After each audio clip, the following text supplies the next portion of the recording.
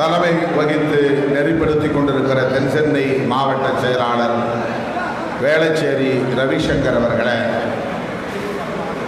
முன்னிலை வகித்து இந்நிகழ்வை சிறப்பித்துக் கொண்டிருக்கிற ஆலந்தூர் சட்டமன்ற தொகுதி செயலாளர் கோ சீராளன் அவர்களை, வருகை தந்துள்ள நம் அனைவரையும் வரவேற்று சிறப்பித்திருக்கிற மாவட்ட பொறுப்பாளர்கள் தூக்கா பகலவன், கிருபாநிதி, இன்பரசு, விஜி, வெற்றி ஆகிய தம்பிகளே, இந்நிகழ்வை ஒருங்கிணைக்கும் அரும்பணியை மேற்கொண்டு பாடாற்றி இருக்கிற பொறுப்பாளர்கள் சசிகுமார், நெல்சன், திருமாறன், சூர்யா, இன்பத்தமிழன், அமுதா ஆகிய தோழர்களே, இந்நிகழ்வில் பங்கேற்று இதனை சிறப்பித்துக் கொண்டிருக்கிற கட்சியின் முதன்மை செயலாளர்கள் தோழர் குஞ்சை அரசன் அவர்களே, தம்பி பாவரசு அவர்களே, துணை பொதுச் செயலாளர் வன்னியரசு அவர்களே, தலைமை நிலைய செயலாளர் பாலசிங்கம் அவர்களே, கட்சியின் துணை பொதுச் செயலாளர் வழக்கறிஞர் எழில் கரோலின் அவர்களே, இந்த நிகழ்வில் பங்கேற்று சிறப்புரை வழங்கி விடைபெற்று சென்றிருக்கிற காங்கிரஸ் பேர் இயக்கத்தின் மக்களவை உறுப்பினர் தோழர் ஜோதிமணி அவர்களே, நம்மிடையே சிறப்புரை வழங்கி அமர்ந்திருக்கிற மூத்த ஊடகவியலாளர் அருமை தோழர் தமிழ்கேள்வி செந்தில்வேல் அவர்களே, திராவிட இயக்க தமிழர் பேரவையின் பொதுச் செயலாளர் மதிப்பிற்குரிய அண்ணன் பேராசிரியர் சுபவி அவர்களே, இந்திய கம்யூனிஸ்ட் கட்சியின் மாநில செயலாளர் மதிப்பிற்குரிய அண்ணன் இரா முத்தரசன் அவர்களே,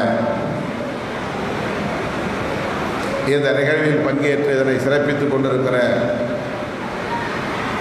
அப்துல் ரகுமான் உள்ளிட்ட கட்சியின் மாநில பொறுப்பாளர்களே, மாவட்ட பொறுப்பாளர்களே, ஒன்றிய பகுதி நிர்வாகிகளே, நன்றியுரை ஆற்றவிருக்கிற பழனி அவர்களே, முத்து அவர்களே, ஆலந்தூர் தொகுதி, வேளச்சேரி தொகுதி, மயிலாப்பூர் தொகுதியை சார்ந்த முன்னணி பொறுப்பாளர்களே, திரளாக கூடியிருக்கிற என் உயிரான விடுதலை சிறுத்தைகளே, உங்கள் அனைவருக்கும் என்னுடைய பணிவார்ந்த வணக்கத்தை தெரிவித்துக் கொள்கிறேன். ஆகஸ்ட் 17 முதல் செப்டம்பர் 17 வரையில் தமிழர் எழுச்சி நாளை கருப்பொருள் ஒன்றை மையப்படுத்தி ஆண்டுதோறும் நாம் கொண்டாடி வருகிறோம். கடந்த ஆண்டு கொரோனா ஆண்டு என்பதாலும் கட்சியில் பலர் கொரோனாவுக்கு பலியான காரணத்தினாலும் தமிழர் எழுச்சி நாளை நாம் கொண்டாடவில்லை. அதற்கு முந்தைய ஆண்டில் தமிழர் எழுச்சி நாளுக்கான கருப்பொருள் பனை விதைகளை ஊன்றுவோம் என்கிற கருப்பொருளை மையப்படுத்தி ஒரு ஆண்டு முழுவதும் பனை விதைகளை ஊன்றினோம். ஒரு பெரிய இயக்கமாக, வெகுமக்கள் இயக்கமாக அதை முன்னெடுத்தோம். இந்த ஆண்டும் தமிழர் எழுச்சி நாள் கொண்டாட வேண்டியதில்லை என்று நான் கருதினேன். சொல்லப்போனால் 2009 முள்ளிவாய்க்கால் படுகொலைக்கு பிறகு ஈழத்தமிழர் துயரத்தை நெஞ்சிலே இருத்தி தொடர்ச்சியாக பல ஆண்டுகள் நாம் தமிழர் எழுச்சி நாளை ஆகஸ்ட் 17 கொண்டாடாமல் தவிர்த்து வந்தோம். இடையில சில ஆண்டுகள் அதை கொண்டாடுவதற்கு தோழர்கள் முனைப்பு காட்டியதன் விளைவாக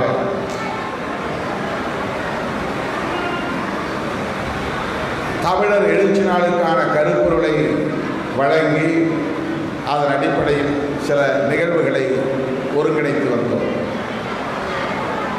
ஆக இந்த ஆண்டும் கூட தமிழர் எழுச்சி நாள் தேவையில்லை, பிறந்த நாள் கொண்டாட்டம் தேவையில்லை என்று நான் மெத்தனமாக அதை பற்றி எந்த அறிவிப்பும் செய்யாமல் இருந்த சூழலில் மாநில பொறுப்பாளர்கள் தோழர் விஜயரசன், பாவரசு உள்ளிட்ட முன்னணி பொறுப்பாளர்கள் தமிழர் எழுச்சி நாள் கொண்டாடப்பட வேண்டும், அதற்கு ஒரு வழிகாட்டுதல் தேவை என்று தலைமை நிலைய பொறுப்பாளர்களை, தலைமை நிர்வாக பொறுப்பாளர்களை ஒருங்கிணைத்து கலந்தாய்வு செய்த போதுதான் சமூக நீதி சமூகங்களின் ஒற்றுமை என்கிற கருத்தை நான் முன்வைத்தேன். இந்த ஆண்டு ஆகஸ்ட் 17 செப்டம்பர் 17 வரையில் என்னுடைய பிறந்த நாளிலிருந்து பகுத்தறிவு பகலவன் தந்தை பெரியார் பிறந்த நாள் வரையில் பல்வேறு இடங்களில் சமூக நீதி சமூகங்களின் ஒற்றுமை என்னும் பெயரில் கருத்தரங்குகளை நடத்த வேண்டும், கவியரங்குகளை நடத்த வேண்டும், பொதுக்கூட்டங்களை நடத்த வேண்டும், கொரோனா விதிகளுக்கு கட்டுப்பட்டு செயல்பட வேண்டும் என்று வழிகாட்டினோம். அதன்படி சென்னையில் ஏற்கனவே பெரியார் திடலில் இந்த நிகழ்ச்சி ஒருங்கிணைக்கப்பெற்றது. பின்னர் மதுரையில் நடைபெற்றது. கடந்த செப்டம்பர் 17 தந்தை பெரியார் பிறந்த நாளில் சேலத்தில் நடைபெற்றது. ஆங்காங்கே தோழர்கள் ஜூம் இணைப்பு வழியாகவும் இந்த நிகழ்ச்சியை நடத்தியிருக்கிறார்கள். அப்படி தமிழர் எழுச்சி நாளை ஜூம் இணைப்பு வழியாக நடத்திய தோழர்கள் கட்சி வரவுகளை கடந்து பலரை அழைத்து பேச வைத்திருக்கிறார்கள். அதனைத் தொடர்ந்துதான் வேளச்சேரி ரவிசங்கர் அவர்கள் தன்னுடைய மாவட்டத்தில் இப்படி ஒரு நிகழ்ச்சியை நான் நடத்த விரும்புகிறேன், கொரோனா என்கிற இந்த சூழலில் பெரிய பொதுக்கூட்டமாக நடத்த தேவையில்லை, சுருக்கமாக நீங்கள் ஒரு அரங்கை பிடித்து நடத்துங்கள் என்று நான் ஒப்புதல் தந்தேன். அதன்படி இன்றைக்கு ஒருங்கிணைக்கப்பட்டிருக்கிற இந்த நிகழ்வில் பெருமதிப்பிற்குரிய அண்ணன் பேராசிரியர் சுபைபி அவர்களும், பெருமதிப்பிற்குரிய அண்ணன் இரா முத்தரசன் அவர்களும், நம்முடைய அன்புக்குரிய தோழர் செந்தில்வேல் அவர்களும், அன்பு மக்களவை உறுப்பினர் சகோதரி ஜோதிமணி அவர்களும் சிறப்பு உரை வழங்கும் விருந்தினர்களாக வருகை தந்து நமக்கு பெருமை சேர்த்திருக்கிறார்கள். காலம்தான் இந்த நிகழ்ச்சியை தொடங்க நேர்ந்தமைக்காக வழக்கம் போல நான் என்னுடைய வருத்தத்தை தெரிவித்துக் கொள்கிறேன், வேதனையை பகிர்ந்து கொள்கிறேன். அண்ணன் சுபைபி அவர்கள் சொன்னதைப் போல தோழர்கள் குறித்த நேரத்தில் இந்த நிகழ்வுகளை ஒருங்கிணைக்க வேண்டும் என்று எல்லா செயற்குழுக்களிலும் நான் கடினமாக கடிந்து சுட்டி காட்டியிருக்கிறேன்.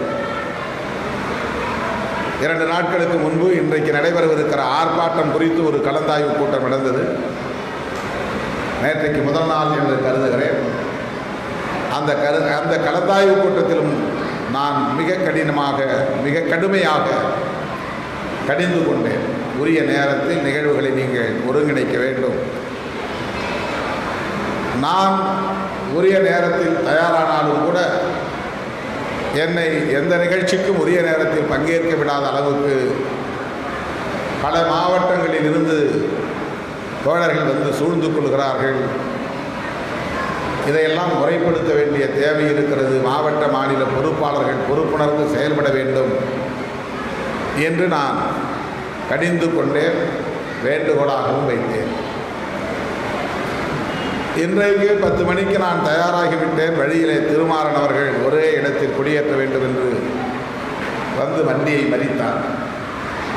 நான் சிறப்புரை வழங்கக்கூடிய விருந்தினர்கள், நம்முடைய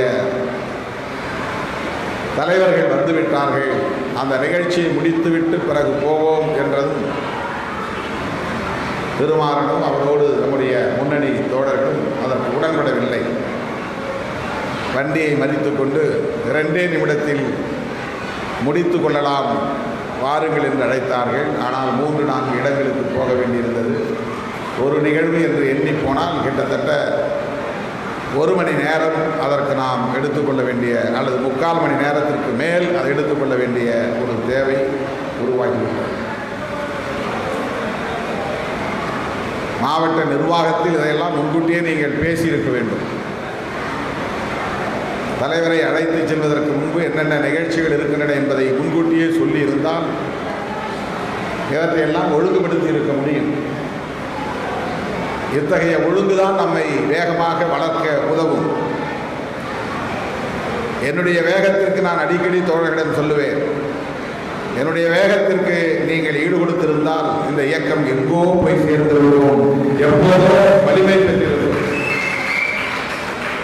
இன்னும் 5 நிமிடத்தில் ஒரு இடத்திற்கு நான் போய் சேர்ந்தால் நான் தமிழ்நாட்டின் முதலமைச்சராக பதவியேற்க முடியும் என்ற நிலை இருந்தால் கூட எங்களை விட்டு நீ போகக்கூடாது, என் வேலையை முடித்துவிட்டு போ என்றுதான் நீங்கள் என்னை மதித்துக் கொள்வீர்கள். முதலமைச்சர் பதவி கூட முக்கியமில்லை, நான் சொல்லுவதை கேள், என்னோடு செல்ஃபி எடுத்துக்கொள், அதுதான் முக்கியம் என்று எண்ணுகிற உளவியல் கொண்ட தோழர்களைத்தான் நான் பெற்றிருக்கிறேன். முன்னுரிமை அளிப்பது எதற்கு என்பதை புரிந்து கொள்வதும் ஒரு அரசியல். தலைவர்கள் வந்து காத்திருக்கிறார்கள் என்றால் நான் சொல்லாவிட்டாலும் திருமாறன் போன்றவர்கள், அண்ணா அந்த வேலையை முடித்துவிட்டு வாருங்கள், நாங்கள் காத்திருக்கிறோம் என்று சொல்ல வேண்டும். அதுவும் ஒரு அரசியல் புரிதல். அல்லது திருமாறனும் நம்முடைய மாவட்ட செயலாளரும் முன்கூட்டியே பேசி இருக்க வேண்டும். காலையில் வைத்துக் கொள்வதா, மாலையில் வைத்துக் கொள்வதா, நிகழ்ச்சியை தொடங்கும் போது வைத்துக் கொள்வதா, முடிக்கும் போது வைத்துக் கொள்வதா. உங்களுக்கு தெரியும், காலையில் நான் 8 மணிக்கு தயாரானாலும் கூட மேலிருந்து கீழே இறங்கி வருவதற்கு 3 மணி நேரம் ஆகும். நான் வாசலை விட்டு வெளியே அங்குலம் அங்குலமாக நகர்ந்து வர வேண்டியிருக்கிறது.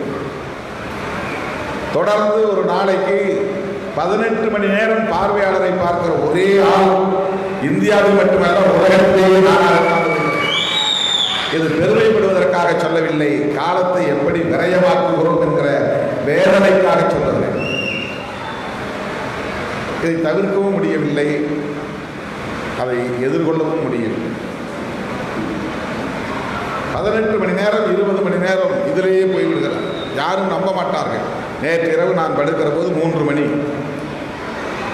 புரட்சியாளர் அம்பேத்கர் கண் விழித்தார் என்றால் லட்சக்கணக்கான புத்தகங்களை படிப்பதற்கு கண் விழித்தார், நூற்றுக்கணக்கான நூல்களை எழுதுவதற்கு கண் விழித்தார். ஆனால் உங்களை சமாதானப்படுத்துவதற்கே நான் கண் விழிக்க வேண்டியிருக்கிறது. உங்களை திருப்திப்படுத்துவதற்காக நான் கண் விழிக்க வேண்டியிருக்கிறது.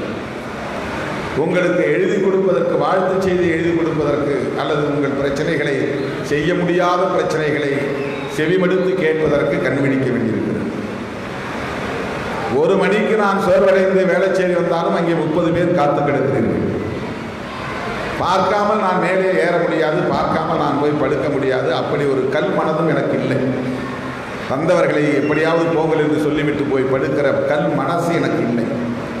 ஐயோ வந்து விட்டார்களே, என் உடல் வருந்தினாலும் பரவாயில்லை, என் தூக்கம் போனாலும் பரவாயில்லை என்று உங்களை கடிந்து பேசிவிட்டு மறுபடியும் உங்களை அழைத்து பேசி சமாதானப்படுத்திவிட்டு அப்புறம்தான் நான் போய் படுக்கிறேன். இது ஒவ்வொரு நாளும் நடக்கிறது. அண்ணன் சுபவி அவர்களும் அண்ணன் இரா முத்தரசன் அவர்களும் தயவு கூர்ந்து இந்த சூழல்களை புரிந்து கொண்டு பொறுத்திருட வேண்டும் என்று கேட்டுக்கொள்கிறேன். இது எனக்கும் உள்ள கவலை தான். எனக்கு ஒரு போராட்டமாகத்தான் இது இருக்கிறது. இது ஒரு யுத்தமாகவே இருக்கிறது. இது இன்றைக்கு நேற்றைக்கல்ல, 32 ஆண்டுகளாக நான் இதைத்தான் சந்தித்து ஒரு நாளும் நான் 12 மணிக்கு முன்னதாக போய் படுத்ததாக 32 ஆண்டில் சரித்திரமே கிடையாது. இந்த 32 ஆண்டுகளில் 12 மணிக்கு நான் முன்பு படுத்ததே இல்லை. 10 மணிக்கு யாராவது படுத்து விட்டால் எனக்கு ஆச்சரியமாக இருக்கும். 10 மணிக்கே படுத்துட்டாரா?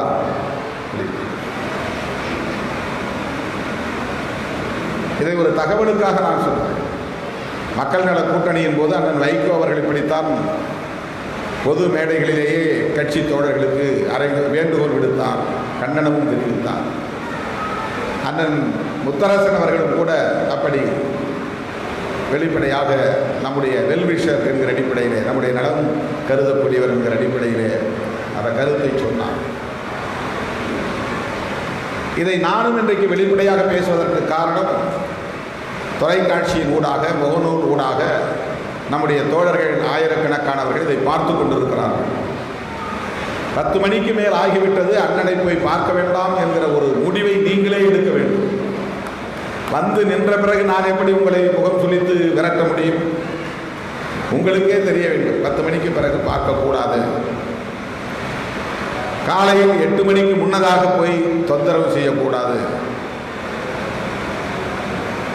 இந்த முடிவை நீங்களே எடுத்தால் அது எனக்கு உதவியாக இருக்கும். 6 மணிக்கே வந்துவிட்டு நான் 6 மணிக்கே வந்துவிட்டேன் என்று சண்டை போடுகிறீர்கள். 6 மணிக்கு எந்த தலைவரை போய் பார்க்க முடியும்? கட்சி காலையில் 6 மணிக்கே நான் வந்துவிட்டேன் என்று 9 மணிக்கு வந்து 3 மணி நேரமாக காத்திருக்கிறேன். இது எந்த வகையிலுமே ஏற்புடையதல்ல. எனது அருமை தோழர்களே, முகநூல் வாயிலாக இதனை கவனித்துக் கொண்டிருக்கிற என் உயிரின் உயிரான விடுதலை சிறுத்தைகளே, உங்களுக்காக பாடுகிற எனக்கு ஒத்துழைப்பு தாருங்கள். எனக்காக நான் கேட்கவில்லை, உங்களுக்காக கேட்கிறேன். அண்ணன் சிவவி அவர்கள் வெளிப்படையாக விடுத்த வேண்டுகோளை நான் ஏற்றுக்கொண்டு இந்த வேண்டுகோளை உங்களுக்கு நான் வைக்க கடமைப்பட்டிருக்கிறேன். வேறு சில வருத்தங்களை சொன்னால் அதை நாங்கள் சரி செய்து கொள்ள முடியும், சரி செய்வோம் என்று அண்ணனுக்கு உறுதியளிக்க கடமைப்பட்டிருக்கிறேன். முதலாக என்னுடைய பேட்டி ஒரு வெகுஜன ஊடகத்தில் வந்தது அல்லது ஒரு அச்சு ஊடகத்தில் வந்தது என்றால் அது அண்ணன் சுபவி அவர்கள் நடத்திய இனி என்கிற ஒரு இதழில் தான், மாத இதழில் தான். அதற்கு முன்னதாக அரசியல் சார்ந்த பேட்டிகள் வரவில்லை. பொதுவான சில பேட்டிகள் குமுதம் இதழில் நான் சட்டக்கல்லூரி மாணவனாக இருந்தபோது வந்திருக்கிறது. ஆனால் ஒரு இயக்கத்தின் தலைவராக நான் இருந்து என்னுடைய பேட்டியை எடுத்து 3-4 பக்கங்கள் விரிவான அளவில் என் படத்தை பதிப்பித்து நான் எதை நோக்கி பயணிக்கிறேன் என்பதை வெளிச்சத்திற்கு கொண்டு வந்தவர், அடையாளப்படுத்தியவர், அரசியல் தளத்தில் ஒரு அங்கீகாரத்தை வழங்கியவர் அண்ணன் சுபவி அவர்கள் என்பதை நான் நன்றியோடு இந்த நேரத்தில் சுட்டிக்காட்ட கடமைப்பட்டிருக்கிறேன். 2 முக்கியமான தகவல்கள் சொல்ல வேண்டும். அவர் சொன்னது கூடவே இது ஒன்று. இனி இதழில் அவர் பொறுப்பாசிரியராக இருந்தபோது என்னுடைய பேட்டியை எடுத்து, இது ஒரு வளர்ந்து வருகிற இயக்கம், அம்பேத்கர் பெரியார் கருத்துக்களை உள்வாங்கிக் கொண்டு உழைக்கிற மக்களை அணிதிரட்டி வருகிற இயக்கம் விடுதலை சிறுத்தைகள் என்று அடையாளப்படுத்திய நிகழ்வு. இன்னொன்று அதற்கு முந்தையது. நான் சட்டக்கல்லூரி மாணவராக இருந்தபோது கனிமுத்து பதிப்பகத்திற்கு வந்து அவரை சந்திப்போம். அது அண்ணா சாலையிலே தேவநேய பாவாண நூலகத்திற்கு பின்னால் இருந்த ஒரு கட்டிடம். அப்போது உருவாக்கப்பட்ட அமைப்பு ஈழத்தமிழர் பாதுகாப்பு கூட்டமைப்பு. அந்த அமைப்பின் சார்பிலே மனித சங்கிலி போராட்டம் ஒன்றை அறிவிப்பு செய்தோர் இயக்குனர் வி.சி. குகநாதன் அவர்களின் இல்லத்திலே அமர்ந்து பேசிய பிறகு அந்த கலந்தாய்வு கூட்டத்தில் நானும் சேலம் அருள்மொழி அவர்களும் என்னுடைய வகுப்பு நண்பர் சக்திவேல் என்று ஒரு தோழர், அவர் 3 பேரும் கலந்து கொண்டோம். அது ஒரு முக்கியமான நிகழ்வாக நான் என் மனதில் பதிய வைத்திருக்கிறேன். அந்த மனித சங்கிலி போராட்டத்தை ஈழத்தமிழர் பாதுகாப்பு கூட்டமைப்பின் சார்பிலே நடத்த முடிவு செய்தாலும் அந்த போராட்டத்திற்கு ஆதரவு கோருவது என்கிற அடிப்படையில் திராவிட முன்னேற்றக் கழக தலைவரை சந்தித்து ஆதரவு கோரிய போது இந்த பேரணியில் திராவிட முன்னேற்றக் கழகமும் பங்கேற்கும் என்று கலைஞர் அப்போது அறிவித்தார். அதனால் அது இன்னும் வெகுவாக பரந்துபட்ட மக்களின் கவனத்தை ஈர்க்கக்கூடியதாக அமைந்தது. ஈழத்தமிழர் பாதுகாப்பு கூட்டமைப்பின் சார்பில் ஒவ்வொரு புள்ளியிலும் ஒரு பாயிண்ட், ஒவ்வொரு புள்ளியிலும் 2 பேர் நின்று அதை ஒருங்கிணைக்க வேண்டும் என்கிற பணி ஒப்படைக்கப்பட்டது. சட்டக்கல்லூரியின் முன்னே பேரணியில் அந்த சங்கிலி போராட்டத்தில் பங்கேற்கக்கூடியவர்களை ஒழுங்கு செய்கிற பொறுப்பு எனக்கும் சக்திவேலுக்கும் வழங்கப்பட்டது. திமுகவினர் கலந்து கொண்டதால் அது பெரிய பேரணியாக அறிவாலயத்திலிருந்து பாரிமுனை வரையில் மிகப்பெரிய நீண்ட நெடிய ஒரு பேரணியாக இருந்தது. அப்போதெல்லாம் சிசுவாக பிறக்காதவர்கள் கூட இப்போது வந்து ஈழத் தமிழர்களுக்கு இவர்கள் என்ன செய்து கிழித்தார்கள் என்று பேசுகிற அரசியலை நாம் பார்க்கிறோம். அந்த நாளிலிருந்து இந்த நாள் வரையில் அந்த நிலைப்பாட்டிலிருந்து சற்றும் மாறாமல் ஒரு அம்பேத்கர் இயக்கத்தை மொழிவழி தேசிய களத்தில் ஈடுபடுத்திய பெருமை விடுதலை சிறுத்தைகள் கட்சியை சாரும். அம்பேத்கர் இயக்கம் என்றால் நீலக்கொடி, அம்பேத்கர் இயக்கம் என்றால் இடஒதுக்கீடு, அம்பேத்கர் இயக்கம் என்றால் சமூக நீதி என்கிற தளத்தில் செயல்பட்டுக் கொண்டிருந்த காலத்தில் நீலக்கொடியோடு முதலாக சிவப்பை இணைத்த இயக்கம் விடுதலை சிறுத்தைகள் கட்சி. இந்தியாவில் எங்கும் அம்பேத்கர் இயக்கத்தின் கொடிகளில் சிவப்பு இருக்காது. எங்கே ஒருவன் அம்பேத்கர் மன்றம் என்று வைத்தாலும் நீலக்கொடியைத்தான் ஏற்றுவான். அவன் குடியரசுக் கட்சியில் தான் இருக்க வேண்டும் என்று இல்லை, அம்பேத்கர் மக்கள் இயக்கத்தில் தான் இருக்க வேண்டும் என்று இல்லை. அவன் அம்பேத்கர் பெயரில் ஒரு மன்றத்தை உருவாக்கி, ஒரு படிப்பகத்தை உருவாக்கி அவன் கொடியேற்ற வேண்டும் என்று ஆசைப்பட்டால் ஒரு நீலக்கொடியை ஏற்றுவான். இது இந்தியா முழுவதும் இருக்கிற ஒரே நடைமுறை. மராட்டியத்திலும் சரி, உத்தரப்பிரதேசத்திலும் சரி, பீகாரிலும் சரி, இந்தியாவில் எந்த மூலை முடுக்கிலும் அம்பேத்கர் இயக்கங்களின் கொடி நீலக்கொடியாகத்தான் பறந்தது. அதிலே ஒரு மாற்றத்தை ஏற்படுத்தி கொள்கை அடிப்படையில் ஒரு திசைவழியை, புதிய திசைவழியை உருவாக்கியது விடுதலை சிறுத்தைகள் கட்சி. பாதி நீலம் பாதி சிவப்பு, நடுவில் நட்சத்திரம் பொறித்து இந்த கொடியை 1990 புரட்சியாளர் அம்பேத்கரின் பிறந்த நாள் ஏப்ரல் 14 அன்று மதுரை மண்ணில் கோப்புதூர் அருகே முதலாய் நான் ஏற்றி வைத்த போது 5 கொள்கை முழக்கங்களையும் பிரகடனம் செய்தேன். சாதி ஒழிப்பு, தமிழ் தேசியம், மகளிர் விடுதலை, பாட்டாளி வர்க்க விடுதலை, ஏகாதிபத்திய எதிர்ப்பு என்று 5 கொள்கை முழக்கங்களை முன்வைத்துதான் கொடியை நான் ஏற்றினேன். தமிழ் தேசியம் என்கிற அரசியலை மொழிவழி தேசியம் என்று நீங்கள் கொஞ்சம் விரிவாக பார்க்க வேண்டும்.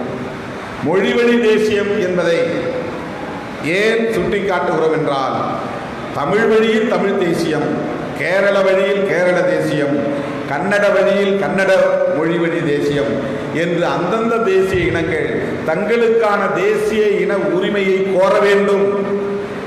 தேசிய இனங்களின் ஒன்றியமாகத்தான் இந்திய ஒன்றிய அரசு இருக்க வேண்டும் என்கிற பார்வையின் அடிப்படையில் தான் விடுதலை சிறுத்தைகள் தமிழ் தேசியத்தையும் கொள்கை முழக்கங்களுடன் ஒன்றாக இணைத்துக் கொண்டோம்.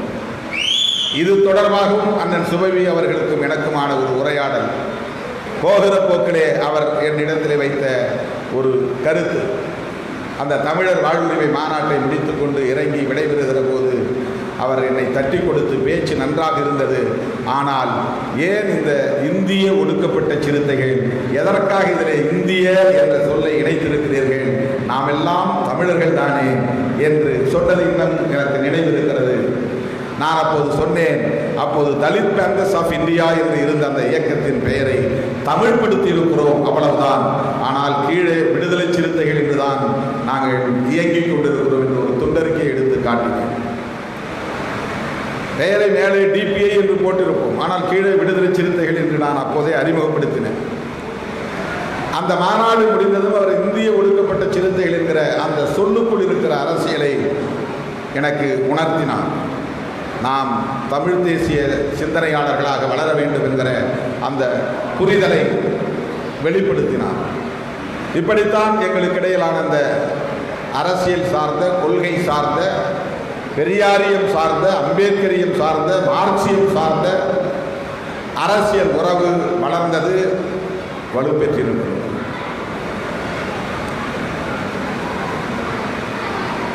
அந்த அடிப்படையில் தான் இன்றைக்கு இடதுசாரிகளோடு விடுதலை சிறுத்தைகள் கைகோர்த்து நிற்கிறோம். அந்த உறவை உறுதிப்படுத்திக் கொண்டிருக்கிறோம். எந்த சூழலிலும் இடதுசாரிகளோடு ஒரு இடைவெளி ஏற்பட்டுவிடக் கூடாது என்பதில் மிக கவனமாக இருக்கிறோம். மார்க்சியம் நமக்கு அந்நியமானதல்ல, பெரியாரியம் ஓபிசிக்கானதல்ல, அம்பேத்கரியம் தலித்துகளுக்கானதல்ல. இவை சமூக நீதிக்கானது, சமத்துவத்திற்கானது. அதுதான் கொள்கை, அதுதான் கோட்பாடு. மார்க்சியத்தின் இலக்கு என்பதும் சமத்துவம்தான், பெரியாரியத்தின் இலக்கு என்பதும் சமத்துவம்தான், அம்பேத்கரின் இலக்கு என்பதும் சமத்துவம்தான். ஈக்குவாலிட்டி, வேறுபாடு கூடாது, பாகுபாடு கூடாது, ஆதிக்கம் கூடாது, ஒடுக்குமுறை கூடாது, சுரண்டல் கூடாது. ஆதிக்கம், ஒடுக்குமுறை, சுரண்டல் இவைதான் நம்முடைய பகை கருத்தியல், பகை சக்திகள்.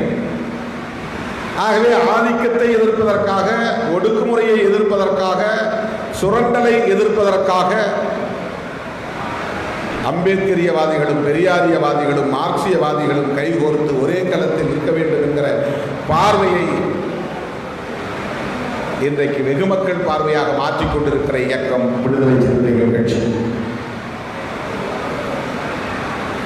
இந்திய அளவில் எந்த அம்பேத்கர் இயக்கமும் எனக்கு தெரிந்து மொழிவழி தேசியத்தை பேசுவதாக சான்றுகள் இல்லை.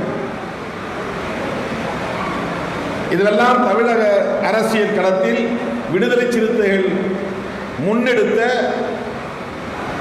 அரசியல் முன்னெடுப்புகள். நீளம் என்பதில் சிவப்பை இணைத்தோம் என்பது ஒரு முன்னெடுப்பு. அதற்குள்ளே ஒரு அரசியல் இருக்கிறது, கோட்பாடு, நுட்பம் இருக்கிறது. சாதி ஒழிப்போடு தமிழ் தேசியத்தையும் இதர அரசியலையும் இணைத்தது என்பது விடுதலை சிறுத்தைகளின் முன்னெடுப்புகளுள் முக்கியமானவை. எங்களுக்கான உரிமைகள் வேண்டும் என்று, இடஒதுக்கீடு வேண்டும் என்று, மனைப்பட்டா வேண்டும் என்று இதர கோரிக்கைகளை முன்வைத்து போராடி கொண்டிருந்த அம்பேத்கர் இயக்கங்கள் மத்தியில் எங்களின் பார்வை விசாலமானது. ஜனநாயக சக்திகளை எல்லாம் ஒருங்கிணைக்க வேண்டிய பொறுப்பை கொண்டது, பொறுப்பை புரிந்தது என்கிற அடிப்படையில் சாதி ஒழிப்பு, தமிழ் தேசியம், பாட்டாளி வர்க்க விடுதலை, பெண் விடுதலை, ஏகாதிபத்திய எதிர்ப்பு என்ற ஐவகை கொள்கை முழக்கங்களை இணைத்த இயக்கம். அம்பேத்கரின் பெயரில் இயங்குகிற இயக்கங்களிலேயே ஒரே இயக்கம் என்று சொல்லக்கூடிய பெருமைக்குரிய இயக்கம் விடுதலை சிறுத்தைகள் இயக்கம். அந்த அடிப்படையில் தான் தோழர்களே இன்றைக்கு சனாதன எதிர்ப்பை நாம் உயர்த்தி பிடிக்கிறோம். அந்த அடிப்படையில் தான் நாம் சங் பரிவாரியத்தை எதிர்க்கிறோம்.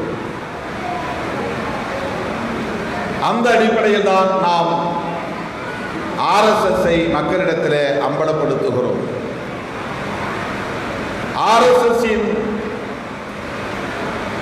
அரசியல் குழந்தை தான் பிஜேபி என்பது. பிஜேபியின் கலாச்சார அணி அல்ல RSS. RSSஇன் அரசியல் பிரிவு பிஜேபி. RSS பெற்ற குழந்தை பிஜேபி. பிஜேபி பெற்ற பிள்ளை அல்ல RSS. RSSோடு இணைந்து செயல்படுகிற இயக்கங்கள் தான் சங் பரிவாரங்கள், சங்க குடும்பம். RSS என்கிற சங்கம். இதை உணர்ந்து கொள்ளாமல் நம்மால் அம்பேத்கரியத்தை செழுமைப்படுத்த முடியாது. பெரியாரியத்தையும் மார்க்சியத்தையும் புரிந்து கொள்ளாமல் அம்பேத்கரியத்தை நாம் செழுமைப்படுத்த முடியாது.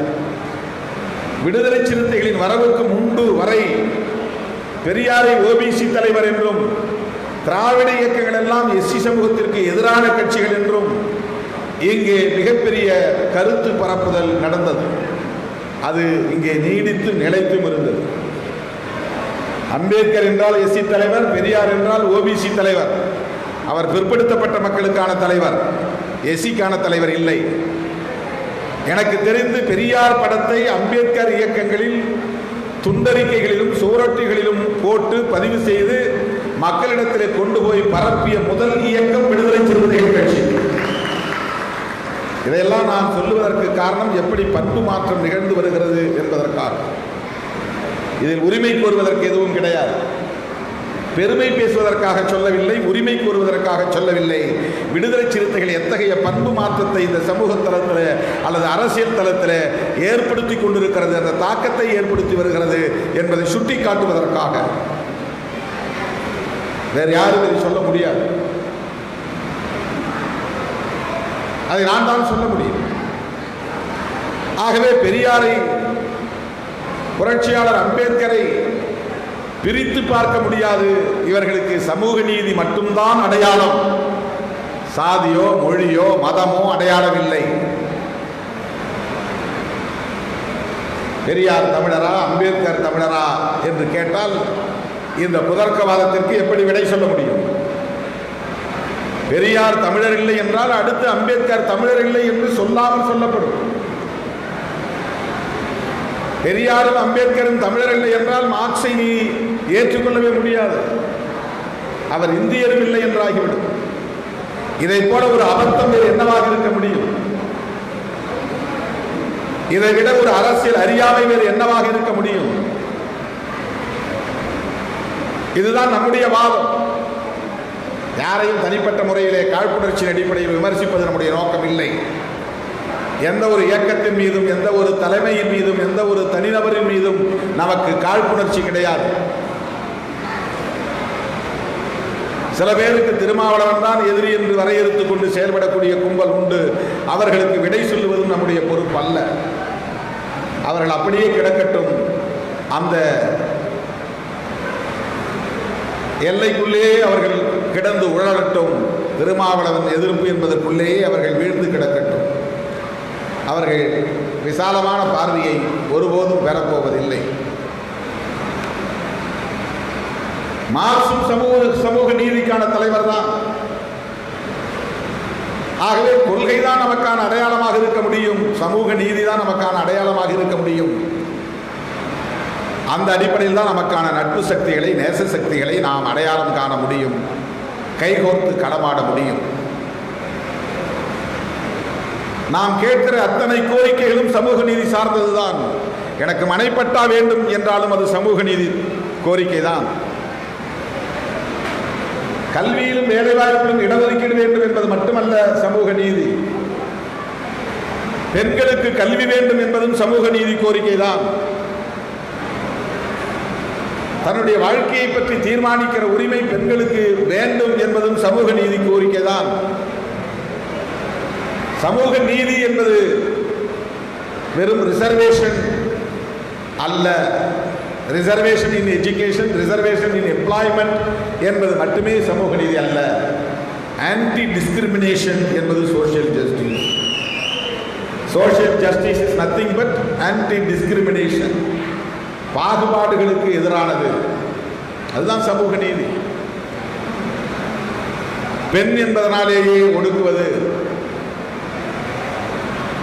பார்ப்பனர் அல்லாதவர்கள் என்பதனாலேயே இழிவுபடுத்துவது, சூத்திரன் என்பதனாலேயே இழிவுபடுத்துவது, அல்லது அவனை அரசியல் ரீதியான சக்தியாக வளர விடாமல் தடுப்பது, பொருளாதார வலிமை பெற விடாமல் தடுப்பது, நிலம் உள்ளவனாக மாறாமல் தடுப்பது, அதிகாரம் இல்லாதவனாக ஆக்குவது.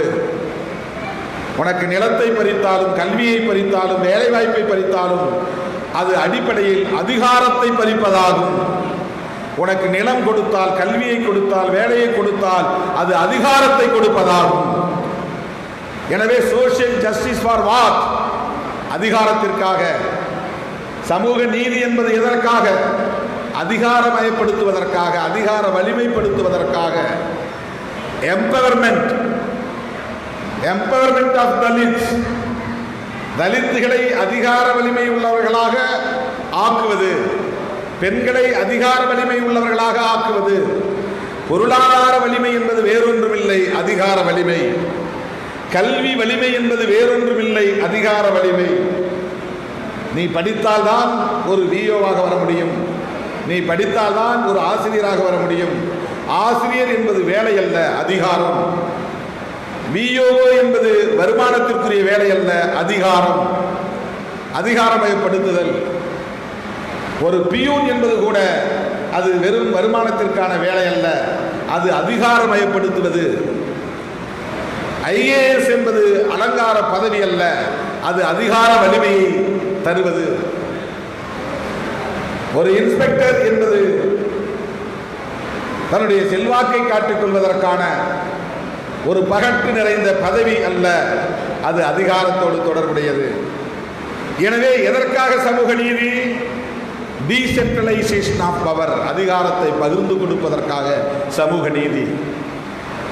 கல்வியை பகிர்ந்து கொடு, வேலை வாய்ப்பை பகிர்ந்து கொடு என்றால் அதிகாரத்தை பகிர்ந்து கொடு. அதனால்தான் விடுதலை சிறுத்தைகள் முதலாக தேர்தல் அரசியலுக்கு வந்தபோது எழுப்பிய முழக்கம், அந்த முழக்கத்தில் ஒரு கோட்பாடு இருக்கிறது. அந்த முழக்கத்தில் சமூக நீதி அரசியல் இருக்கிறது. கடைசி மனிதனுக்கும் ஜனநாயகம், எளிய மக்களுக்கும் அதிகாரம். கடைசி மனிதனுக்கும் ஜனநாயகம் என்பது சிங்குலர். கடைசியா இருக்கக்கூடிய ஒரு தனி மனிதனுக்கும் ஜனநாயகம் போய் சேர வேண்டும். அவன் கருத்து சொல்ல உரிமை பெற்றவன், அவன் சுதந்திரமாக முடிவெடுக்க உரிமை பெற்றவன். அது ஜனநாயகம், அது சிங்குலர். ஒருமையில் சொல்லுகிறோம் கடைசி மனிதனுக்கும் ஜனநாயகம். எளிய மக்களுக்கும் அதிகாரம், அது புளூரல். சமூகமாக அதிகாரத்தை பகிர்ந்து கொள்ள முடியும். பவர் ஷேர் என்பது மக்கள் தொகுதிக்காக வழங்குவது. ஒரு திருமாவளவன் ஒரு MP ஆகிறார் என்று சொன்னால் அவன் எந்த சமூகத்தை பிரதிநிதித்துவப்படுத்துகிறானோ அந்த சமூகம் எம்பவர் ஆகிறது. அவன் தனிப்பட்ட முறையிலே MP ஆக முடியாது.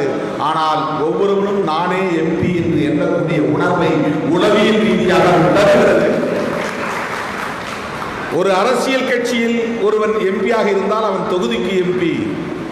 விடுதலை சிறுத்தைகள் கட்சியில் ஒருவன் MP ஆக இருந்தால் அவன் மாநிலத்திற்கே MP, ஒரு சமூக தொகுதிக்கே MP.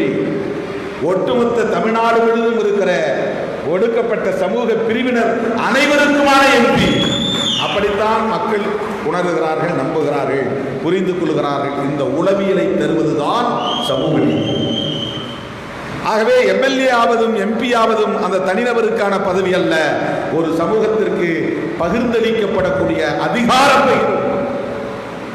பகிர்வு. இந்த சமூக நீதியே கூடாது, இதை அழித்தொழிக்க வேண்டும் என்று கங்கணம் கட்டிக்கொண்டு செயல்படக்கூடிய கும்பல் தான் சனாதன கும்பல். சனாதனம்னா என்ன? அது அந்த வாரம் சில பேர் சனாதானம்ங்கிறாங்க. தானம் இல்லை, சனாதனம். அவனுடைய சொல்ல தான் நம்ம பயன்படுத்துகிறோம். அது பாலி மொழியோ அல்லது சமஸ்கிருத மொழியோ ஏதோ தமிழ் அல்லாத ஒரு மொழி. சனாதன், அதான் சனாதனம் தமிழ் வந்து. சனாதன் அப்படின்னா நிலையானது, அழிவில்லாதது, தொடக்கமில்லாதது, முடிவில்லாதது என்று பொருள். மாற்றமில்லாதது என்று பொருள். நேரடியான பொருள், அந்த சொல்லுக்கு நேரடியான பொருள் மாறாதது என்று, அழியாதது என்று பொருள். தொடக்கம் இல்லாதது, முடிவில்லாதது என்று, அதான் சனாதனம். ஆனால் அது என்னவாக உணரப்பட்டிருக்கிறது அல்லது நடைமுறையில் இருக்கிறது என்றால், பிறப்பின் அடிப்படையில் உயர்வு தாழ்வு என்கிற மனிதகுல வேறுபாடு மாறாதது. பார்ப்பனன் எல்லோரையும் விட உயர்ந்தவன் என்கிற இந்த கருத்து ஒருபோதும் அழியாதது.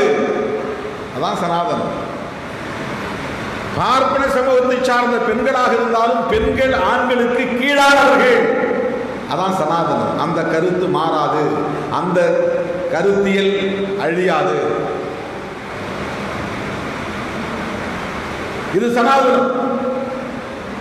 4 வருடம் உண்டு, இந்த வருடத்தை நானே படைத்தேன் என்று ஆண்டவரே சொல்லியிருக்கிறார், பகவானே சொல்லியிருக்கிறார். எனவே இந்த 4 வருடத்தை யாராலும் மாற்ற முடியாது. இந்த 4 வருடத்தில் 4வது வருடமாக இருக்கிற சூத்திரன் மேலே உள்ள 3 வருடங்களுக்கும் அடிமை என்கிற கருத்து மாறாது. இவன் உடல் உழைப்பை மட்டும்தான் செய்ய வேண்டும் என்கிற கருத்து மாறாதது, அழிக்க முடியாதது, நிலையானது. அதுதான் சனாதனம். எனவேதான் இந்த கருத்தை எதிர்க்கிற போராட்டம் சனாதன எதிர்ப்பு போராட்டம். இதை எப்படி எதிர்க்க முடியும்? அதுக்கு நம்முடைய முன்னோர் கண்டுபிடித்த வயா மீடியா ஒரு வழிமுறை தான் சோசியல் ஜஸ்டிஸ். இதை எப்படி தான் உடைக்கிறது? இதை எப்படி உடைக்க முடியும்? அதிகாரமயப்படுத்துது, அதிகாரத்தை பகிர்ந்தளிக்கிறது. அதிகாரத்தை பகிர்ந்தளிக்கிறது என்ன வழிமுறை? காலம் காலமாக மறுக்கப்பட்ட நீதியை மறுபடியும் கொடுக்க வேண்டும், மறுக்கப்பட்டவர்களுக்கு வழங்க வேண்டும். மறுக்கப்பட்டவர்களுக்கு வழங்குகிற போது போட்டியில் கலந்து கொண்டவர்களில் அதிகமாக மதிப்பெண் பெற்றவர்கள் அல்லது வலிமையாக உள்ளவர்கள் குறிப்பிட்ட சிலர் அந்த வாய்ப்பை இழக்க நேரும். அவர்களோடு போட்டியில் பங்கு போட முடியாமல் இருப்பவர்களுக்கு முன்னுரிமை என்கிற அடிப்படையில் அது பகிர்ந்தளிக்கப்படும். எனவே இந்த நீதி மேலோட்டமாக பார்த்தால் இரண்டு சமூகங்களுக்கு இடையிலே, இரண்டு மாணவர்களுக்கு இடையிலே, இரண்டு போட்டியாளர்களுக்கு இடையிலே ஒருவன் அதிக மதிப்பெண் எடுத்தும் கூட அவனுக்கு வாய்ப்பு கிடைக்கவில்லை, இவனுக்கு வாய்ப்பு கிடைத்திருக்கிறது, இது பெரிய அநீதியா, அநீதி இல்லையா என்று கேள்வி எழுப்ப முடியும். அது அநீதி இல்லை, இது சமூக நீதி.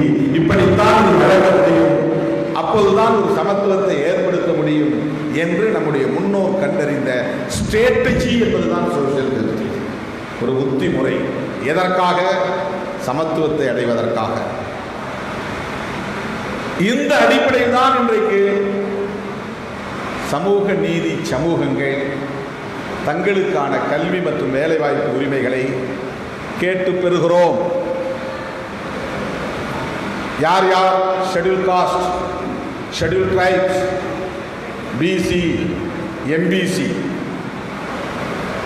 ஃபார்வர்ட் கம்யூனிட்டிஸ் கிடையாது, அல்லது பிராமின்ஸ் கிடையாது. ஏன் கிடையாது? எண்ணற்ற பல தலைமுறைகளுக்கு முன்பே அவர்களுக்கு கல்வி போய் சேர்ந்து விட்டது. அதிகாரம், கல்வி போகாவிட்டாலும் அதிகாரம் சேர்ந்து விட்டது. அவர்கள் சமூக ரீதியான தகுதியை, உயர்ந்த இடத்தில் இருக்கும் தகுதியை ஒரு பொது உளவியலாக கட்டமைத்து அந்த பொது உளவியலில் அமர்ந்து கொண்டு அதிகாரத்தை நுகர்கிறார்கள். இவர்கள் உயர்ந்தவர்கள், மேலானவர்கள். இவர்கள் ஆண்டவனோடு நேரடியாக பேசக்கூடியவர்கள். இவர்கள் மொழியை மட்டுமே ஆண்டவனால் புரிந்து கொள்ள முடியும். இவன் வேள்வி நடத்தக்கூடிய வலிமை பெற்றவன், யாகம் நடத்தக்கூடிய வலிமையை பெற்றவன், இவன் வானவியல் அறிந்தவன், இவன் நாளை நடக்கப் போகிற ஒன்றை யூகித்து சொல்லக்கூடியவன் அல்லது தமது அகக்கண்ணால் பார்க்கக்கூடியவன், இவன் வலிமை வாய்ந்தவன், வலிமை வாய்ந்தவன், பரப்பால் உயர்ந்தவன், பரப்பால் உயர்ந்தவன் என்கிற பொது உளவியல் இந்த சமூகத்தில் வெகுவாக கட்டமைக்கப்பட்டுவிட்டது. ஆகவே அவர்கள் மட்டுமே துய்த்து கொண்டிருந்த, நுகர்ந்து கொண்டிருந்த அதிகாரம் அவர்களுக்கு கீழே கிடக்கிற அனைவருக்கும், உடல் உழைப்புள்ள அனைவருக்கும் பகிர்ந்தளிக்கப்பட வேண்டும். அந்த அதிகார பகிர்வுக்காக கண்டறியப்பட்ட வழிமுறைதான் சமூக நீதி. முதலில் தீண்டப்படாதவர்கள் என்கிற அடையாளம் உள்ளவர்களை பட்டியல்படுத்தி சமூக இழிவுகளை இவர்கள் மீது தொடர்ந்து திணிக்கிறார்கள் என்கிற அடிப்படையிலே பட்டியல்படுத்தி இவர்களுக்கான சமூக நீதி உறுதிப்படுத்தப்பட்டு விட்டதால் இவர்கள் மட்டுமே இடஒதுக்கீட்டில் வந்தவர்கள் என்கிற ஒரு பார்வை இங்கே உண்டு. ஆனால் சூத்திரர்கள் அல்லது பிசி, எம்பிசி என்கிற வகைராக்களை சார்ந்த சமூகங்களும் கல்வி மறுக்கப்பட்டவர்கள், அதிகாரம் மறுக்கப்பட்டவர்கள், அன்டச்சபிலிட்டி என்கிற பிராக்டிஸ், அந்த நடைமுறை இல்லாமல் இருக்கலாம், ஆனால் கல்வி மறுக்கப்பட்டவர்கள், அதிகாரம் மறுக்கப்பட்டவர்கள். எனவே அதிகாரம் மறுக்கப்பட்டதால் ஓபிசி என்கிற அந்த சமூக பிரிவினருக்கும் இடஒதுக்கீடு வழங்க வேண்டும் என்பதுதான் சமூக நீதி. புரட்சியாளர் அம்பேத்கர் ஓபிசி என்கிற சமூக பிரிவினருக்கும் தனியே ஒரு கமிஷன் அமைத்து அவர்களின் கோரிக்கைகளை கண்டறிந்து அதனை நிறைவேற்ற வேண்டும் என்று பண்டித ஜவஹர்லால் நேரு காலத்திலேயே கோரிக்கையாக எழுப்பியவர் புரட்சியாளர் அம்பேத்கர் அவர்கள்.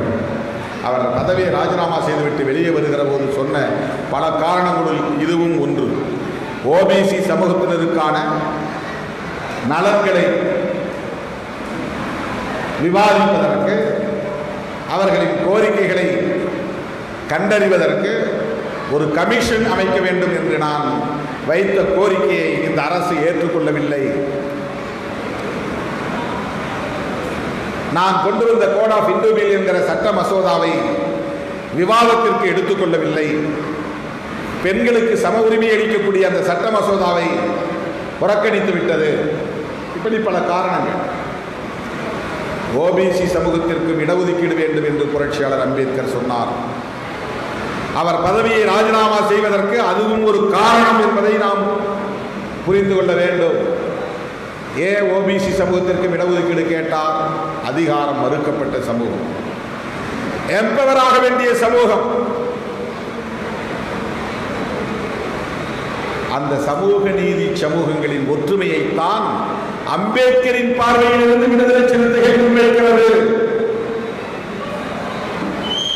Other backward classes, other backward communities. அப்படின்னா ஒரிஜினலி பேக்வர்ட் கம்யூனிட்டிஸ் யாரு? இவங்களை அதர் பேக்வர்ட் சொன்னா originally backward schedule caste, schedule tribes. எஸ்சியும் பிசி தான், எஸ்சி தான் பிசி, எஸ்சி அல்லாதவர்கள் ஓபிசி. எஸ்சி மட்டும் பட்டியல்படுத்தப்பட்டவர்கள் அல்ல, எல்லோருமே பட்டியல்படுத்தப்பட்டவர்கள் தான். எஸ்சிக்கு மட்டும் தனியா ஒரு பெரிய லட்சியம் வச்சிருக்காங்க நினைக்காதீங்க, அப்படி கிடையாது. பட்டியல் சமூகம்னா பிசியும் பட்டியல் சமூகம் தான், எம்பிசியும் பட்டியல் சமூகம் தான், ஷெட்யூல் காஸ்டும் பட்டியல் சமூகம் தான், ஷெட்யூல் ட்ரைப்ஸும் பட்டியல் சமூகம் தான். இன்னும் சொல்ல போனா பிராமணர்களோட எத்தனை சாதின்னு பட்டியல் இருக்கு அரசுகிட்ட. சாதி இருக்கிறவரை எல்லா சாதிகளும் பட்டியலில் இருக்கிறது. பட்டியல் உள்ள சமூகங்களில் சமூக நீதியை கோருகிற பட்டியல் சமூகங்கள் தான் நாம். சமூக நீதி கோருகிற பட்டியல் சமூகங்கள் தான் எஸ்சி, எஸ்டி, ஓபிசி, மைனாரிட்டிஸ். இந்த எஸ்சி, எஸ்டி, ஓபிசி, மைனாரிட்டிஸ் ஒற்றுமை தான் இப்ப நம்ம பேசுற ஒற்றுமை, சமூக நீதி சமூகங்களின் ஒற்றுமை. ஏனென்றால் ஆட்சியில் அமர்ந்திருக்கிற சனாதன சக்திகள், ஆர்எஸ்எஸ் உள்ளிட்ட சங்பரிவார் கும்பல் சமூக நீதியை குழி தோண்டி புதைக்க வேண்டும் என்று கங்கணம் கட்டிக்கொண்டு செயல்படுகிற இயக்கங்கள். அதை புரிந்து கொள்ளாமல் சில பேர் அந்த கும்பலோடு கைகோர்த்து நிற்கிறார்கள். அவங்க அம்பேத்கர் ஜெயந்தி கொண்டாடுறாங்க, அம்பேத்கர் பிறந்த நாளில் போய் காலை தொட்டு கும்பிடுறாரு மோடி. அம்பேத்கர் சமூகத்தை சார்ந்த சிலருக்கு பதவியை தருகிறார், அமைச்சர் பதவி தருகிறார். அம்பேத்கர் பெயரை சொல்லுகிற இயக்கங்களை எல்லாம் போய் சந்தித்து அமித்ஷா பேசுகிறார். இதெல்லாம் எதுக்கு? எஸ்சி சமூகத்தில் கன்வர்ஷன் அதிகமாக நடக்குது, கன்வர்ஷனை தடுக்கிறதுக்கான சூழ்ச்சி. நிறைய பேர் ஏசப்பாவை பின்பற்றி போறான், அவனா போறான், யாரும் சொல்லலை. கிறிஸ்தவ மதத்துக்கு போறான். இப்போ ஷெட்யூல் காஸ்ட்ல தான் நிறைய மதமாற்றம் நிகழ்கிறது.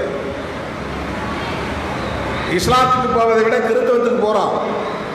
இந்தியாவில் இருக்கிற இஸ்லாமியர்கள் எல்லாம் ஒரு காலத்தில் இந்த மண்ணில் ஒடுக்கப்பட்டவர்களாக அல்லது பூர்வீக குடிகளாக இருந்தவர்கள் தான் இன்றைய இஸ்லாமியர்கள். யாரும் அராபியில் இருந்து வந்தவர்கள் இல்லை. அவர்கள் இன்றைக்கு 14, 15, 11, 10% மேல், 15, 16 அவ்வளவு சதவீதம் எங்கிருந்து உருவானார்கள்?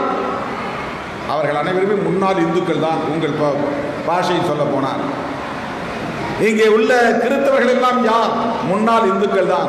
ஏன் அவர்கள் கிறிஸ்தவத்தை தழுவினார்கள்?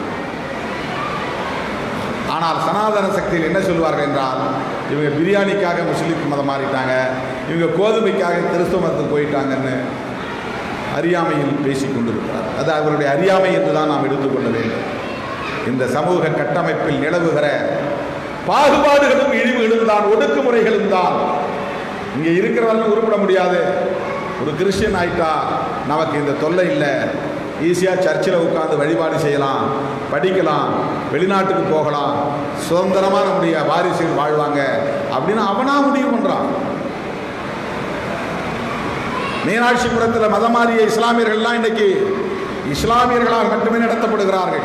பழைய சாதி அடையாளம் போயிருச்சு, பழைய சமூக அடையாளம் போயிருச்சு, சமூக இழிவு இல்லை, அதனால போறான். இப்போ இவன் மதத்தை காப்பாற்றுவதற்காக எஸ்சி சமூகங்களை அரவணைக்கக்கூடிய வேலையில் ஈடுபடுகிறார்கள். இவன் உடைக்க பார்க்கிறான். இந்த இடம்தான் தொடர்களே நான் சொல்லி முடிக்க விரும்புகிறேன். எஸ்சி என்கிற பெயரில் எல்லோரும் ஒன்றிணைந்து விடக்கூடாது, உடைக்க பார்க்கிறார்கள். ஓபிசி என்கிற பெயரில் இந்தியா முழுவதும் இந்த சமூகங்கள் இணைந்து விடக்கூடாது, உடைக்க பார்க்கிறார்கள். புரட்சியாளர் அம்பேத்கர் எழுதிய அரசியலமைப்பு சட்டம் தான் இந்த சமூக நீதிக்கு வழிவகுக்கிறது. எனவே இந்த அரசியலமைப்பு சட்டம் இருக்கக்கூடாது, அதை தூக்கி எறிந்துவிட்டு மனு தர்மத்தை கொண்டு வர வேண்டும் என்று துடிக்கிறார்கள். அதை நேரடியாக செய்ய முடியாது, வெளிப்படையாக செய்ய முடியாது. எனவே ஷெட்யூல் காஸ்ட் மக்களை அரவணைத்துக் கொண்டு அந்த இயக்கங்களை தன்மைப்படுத்திக் கொண்டு அதை சாதித்து விட வேண்டும் என்று எண்ணுகிறார்கள். இந்த சூழ்ச்சியை புரிந்து கொண்டு இந்தியாவிலேயே அவர்கள் விரித்த வலையில் சிக்காமல் சமூக நீதிக்கு போராடுகிற இயக்கம் விடுதலை சிறுத்தைகள் கட்சி.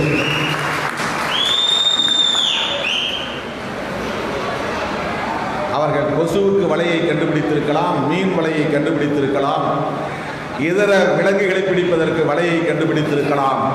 ஆனால் விடுதலை சிறுத்தைகளை பிடிப்பதற்கு எந்த ஒவ்வொரு எந்த சரிவலையும்.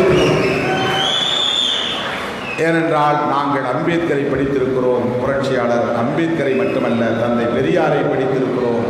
தந்தை பெரியாரை மட்டுமல்ல, மார்க்சியத்தை உள்வாங்கியிருக்கிறோம். எனவே விடுதலை சிறுத்தைகளின் முன்மொழிவு என்னவென்றால், unity of the communities for social justice, சமூக நீதி கோருகிற சமூகங்களின் ஒற்றுமை. இதை தமிழகம் முழுவதும் எடுத்துச் செல்வோம். இன்னும் இன்னும் விரிவாக இதை பரப்புவோம். செப்டம்பர் 17ஓடு நாம் நிறுத்திக் கொள்ளவில்லை, இதை மேலும் நீட்டிக்க நான் ஒப்புதல் அளித்திருக்கிறேன். எனவே என் உயிரின் உயிரான விடுதலை சிறுத்தைகளே, யார் நம்மோடு சேர வேண்டுமோ ஜனநாயக சக்திகள், அவர்கள் நம்மோடு சேரும் காலம் வரையில் நாம் இந்த முன்முயற்சிகளை விடாமல் முன்னெடுத்து செல்வோம் என்பதை சொல்லி, மாலை 4 மணி அளவில் மாவட்ட ஆட்சியர் அலுவலகத்தின் அருகே துறைமுகம் பகுதியில் நமது கண்டன போராட்டம் நடைபெறுகிறது. அந்த போராட்டத்திலும் நீங்கள் வெகுவாக பங்கேற்க வேண்டும் என்று அழைப்பு விடுத்து, நம்முடைய அழைப்பை ஏற்று இந்த நிகழ்வில் பங்கு பெற்ற நமது அண்ணன் இரா முத்தரசன் அவர்களுக்கும், பேராசிரியர் சுபவி அவர்களுக்கும், தோழர் செந்தில்வேல் அவர்களுக்கும், மக்களவை உறுப்பினர் ஜோதிமணி அவர்களுக்கும், என் உயிரின் உயிரான விடுதலை சிறுத்தைகள் உங்கள் யாவருக்கும் என்னுடைய நெஞ்சார்ந்த நன்றியை